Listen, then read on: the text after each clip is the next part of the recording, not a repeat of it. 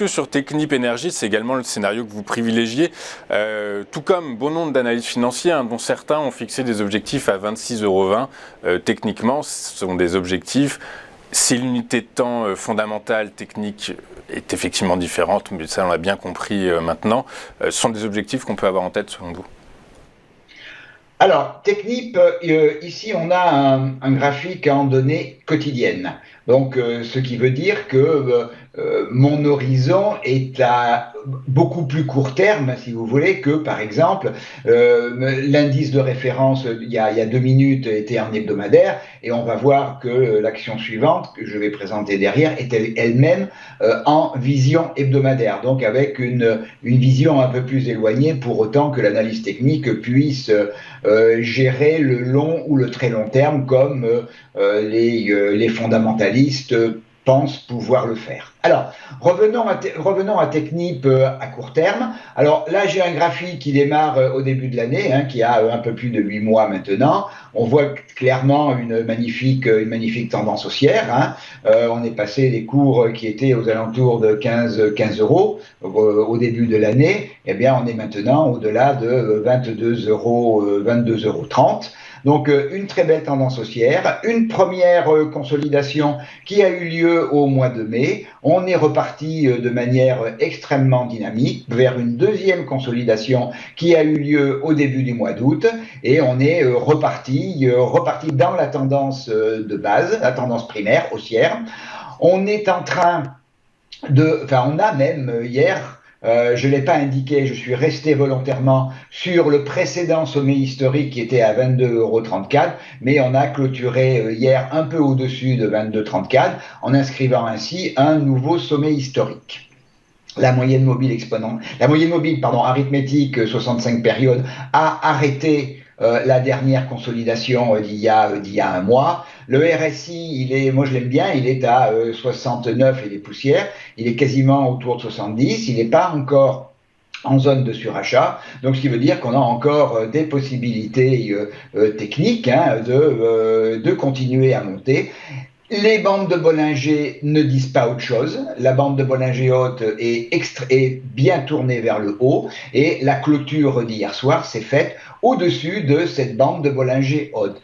Donc, tous les signaux, tous les indicateurs sont favorables. Donc, le scénario que l'on doit privilégier, c'est bien évidemment un scénario haussier. Deux choses. D'abord, à l'appui de ce scénario haussier, on a ouvert en fin de semaine dernière un gap au-dessus de 21,48 €. Donc, c'est un élément supplémentaire de la dynamique de la montée. Et puis, j'ai tracé, comme je n'ai plus de résistance, je suis sur les sommets historiques, j'ai tracé d'abord les retracements de Fibonacci entre le dernier mouvement impulsif important qui a démarré au mois de mai sur 17,050 € jusqu'au précédent sommet historique touché fin juillet. Le début de la dernière consolidation, celle-ci s'est faite entre les retracements 38,2 et 50, un peu plus près du 38,2, donc c'est un élément lui aussi qui est extrêmement favorable dans le cadre du rebond qui est en train de s'opérer. Et donc les objectifs que je vous propose viennent des extensions de Fibonacci liées à ce dernier mouvement, au retracement de ce dernier mouvement impulsif, avec des objectifs.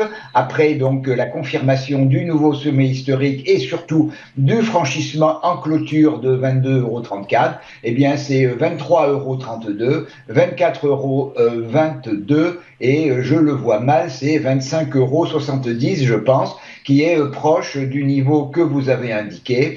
Là, il est clair qu'on a une tendance qui est haussière maintenant, si vous voulez. Donc, on est avec cet objectif, cette zone 25,70, qui est pour moi quand même le plus haut. L'objectif lié au retracement autour de 38,2, pour moi, l'objectif, il est à 24,22. véritablement, c'est l'extension 0,786 qui est statistiquement celle que l'on retrouve lorsque l'on fait un retracement autour de 38,2. Donc pour moi, c'est plutôt 24,22, mais si le mouvement haussier se perpétue, eh bien, on a l'extension 1 qui témoignerait véritablement d'une dynamique extrêmement forte, mais il peut aussi y avoir de nouveaux retracements par la suite. Hein. Donc c'est là que le 25,70 €, hein, le niveau à peu près que vous avez indiqué, viendrait comme vraiment objectif fort. Mais on a l'impression quand même, hein, avec ces déclarations de l'OPEP+, que maintenant, eh bien, c'est rentré dans les mœurs. S'il y a une réduction de la demande de pétrole, eh bien, tout simplement, eh bien, la production va se réduire et les prix vont se maintenir. Oui, très clair, effectivement. C'est ce qu'ont dit les responsables saoudiens et russes, hein, très clairement, que les craintes pesant sur l'économie mondiale chinoise les incitaient par la force des choses à revoir leur niveau de production pour maintenir des prix qui garantissent la rentabilité de leurs infrastructures. Je pense que c'est une stratégie de long terme. Ouais, oui, c'est sûr. Donc, du coup, par la force des choses, on comprend qu'effectivement, l'objectif fondamental de 26 € puisse avoir du sens dans une unité de temps pas trop éloignée d'aujourd'hui, en tout cas. Tout à fait.